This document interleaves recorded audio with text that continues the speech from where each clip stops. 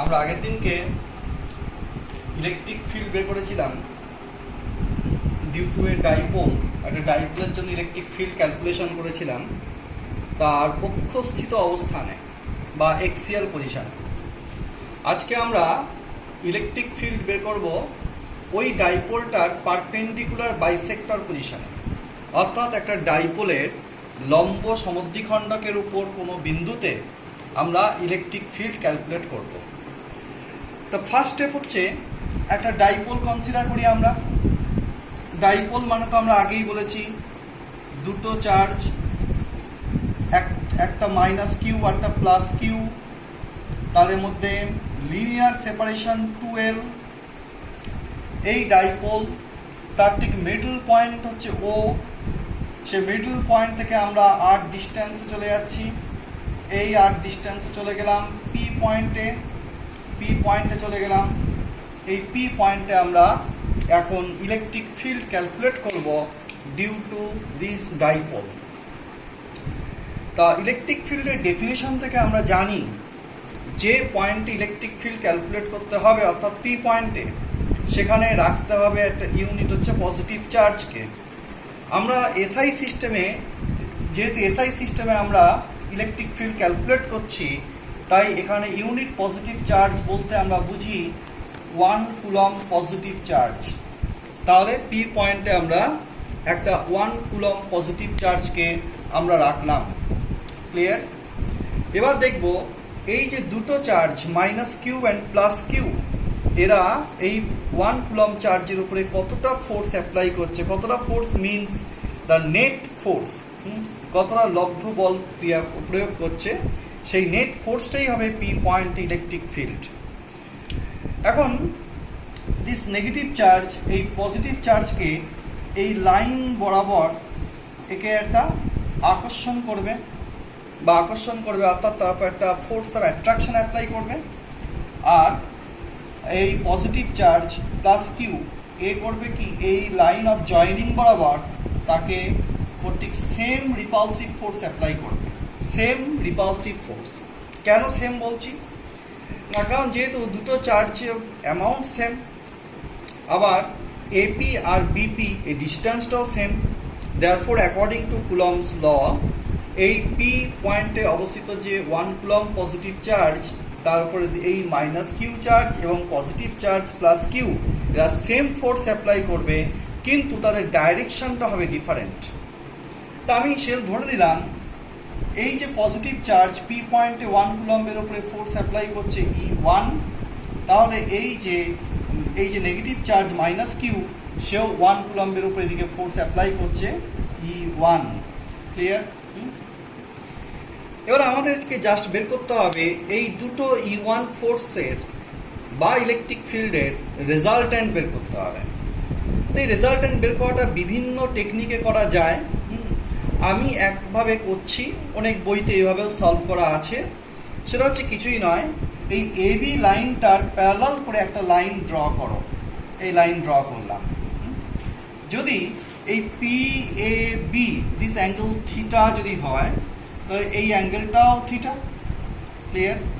Again এই অ্যাঙ্গেলটা যদি theta যদি হয়, তাহলে এই অ্যাঙ্গেলটাও হবে থিটা। আবার এই অ্যাঙ্গেলটা থিটা হলে এই অ্যাঙ্গেলটাও হবে হচ্ছে থিটা। ক্লিয়ার?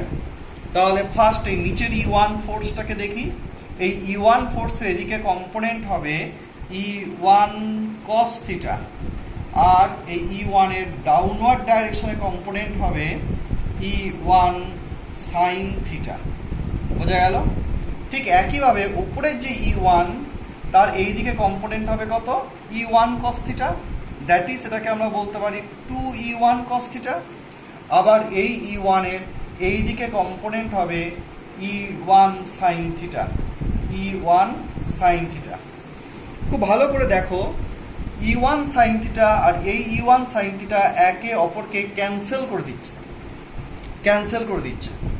অর্থাৎ এই ডাইরেকশনে, পারপেন্ডিকুলার বাইসেক্টর ডাইরেকশনে কোনো নেট ফিল্ড থাকবে না।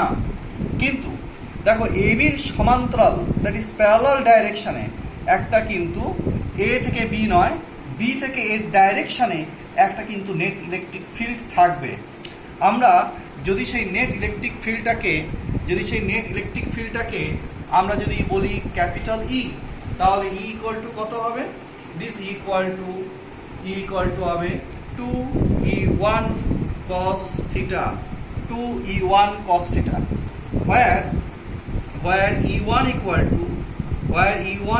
to সবাই বুঝতেই পারছ, আমি যদি এই চার্জের সাপেক্ষে ধরি তাহলে কি হবে? Q into 1 by 4 pi epsilon 0, distance কত না AP স্কোয়ার, ডিস্টেন্স হচ্ছে AP স্কোয়ার। একটু লাইন ড্র করে দিলাম দুটোকে সেপারেট করার জন্য।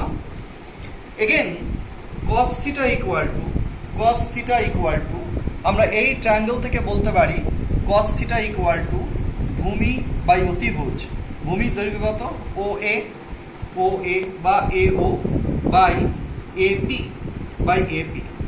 আমরা সবাই জানি যে AO মানে হচ্ছে L বাই AP। ক্লিয়ার? তাহলে net electric field E equal to কত হবে না 2E1 cos theta, 2E1 cos theta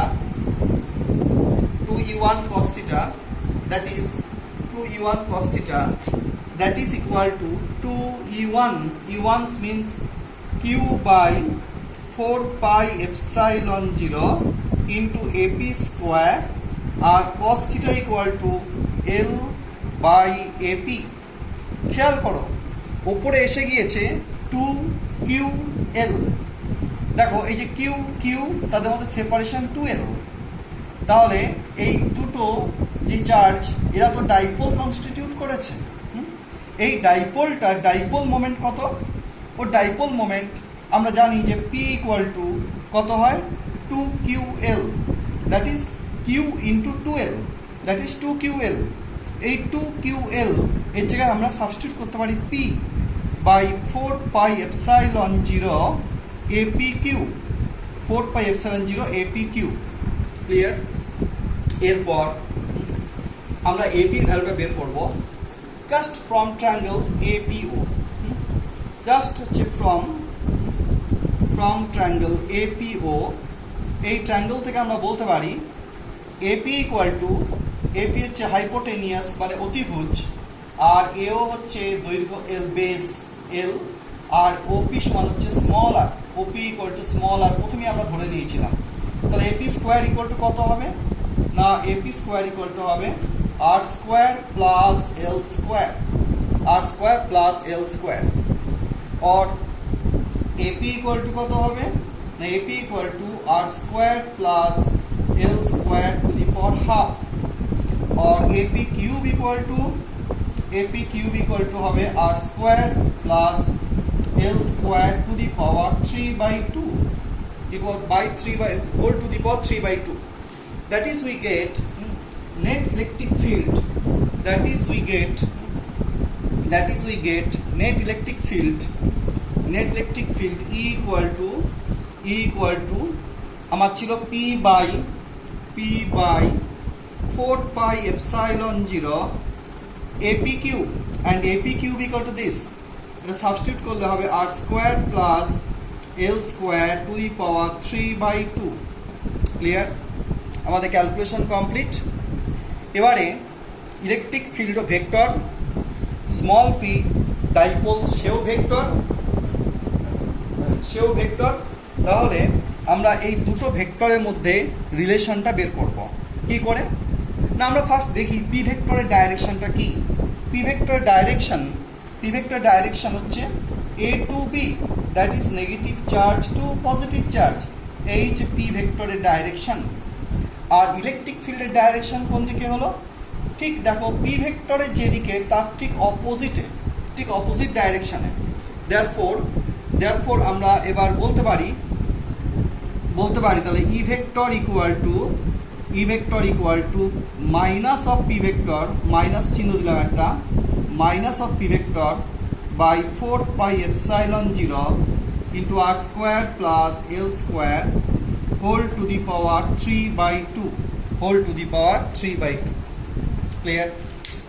আমরা একটা লাইন বললেই টপিকটা আমাদের কমপ্লিট হবে। সেটা আমরা আগেও করেছি। If R is very very greater than L, this R is very very greater than L, তাহলে কি হবে? তাহলে if R is very very greater than L, then আমরা বলতে পারি R square plus L square nearly equal to R square.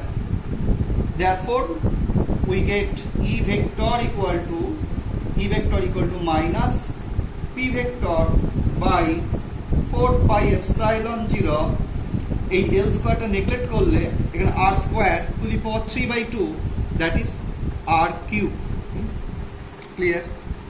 তাহলে আমরা আগের দিনকে একটা ডাইপোলের জন্য তার এক্সিয়াল পজিশনে ইলেকট্রিক ফিল্ড ক্যালকুলেট করেছিলাম। আজকে আমরা ক্যালকুলেট করলাম তার পারপেন্ডিকুলার বাইসেক্টর পজিশনে ইলেকট্রিক ফিল্ড। দেখা যাচ্ছে পারপেন্ডিকুলার বাইসেক্টর পজিশনে ইলেকট্রিক ফিল্ড হচ্ছে যেদিকে ডাইপোল ভেক্টর ঠিক তার অপোজিট ডাইরেকশনে। দ্যাট ইজ আমরা বলতে পারি electric field and dipole moment, এই দুটো ভেক্টর দে আর অ্যান্টি প্যারালাল, অর্থাৎ সমান্তরাল কিন্তু পরস্পরের বিপরীত দিকে ক্রিয়া করছে। ক্লিয়ার?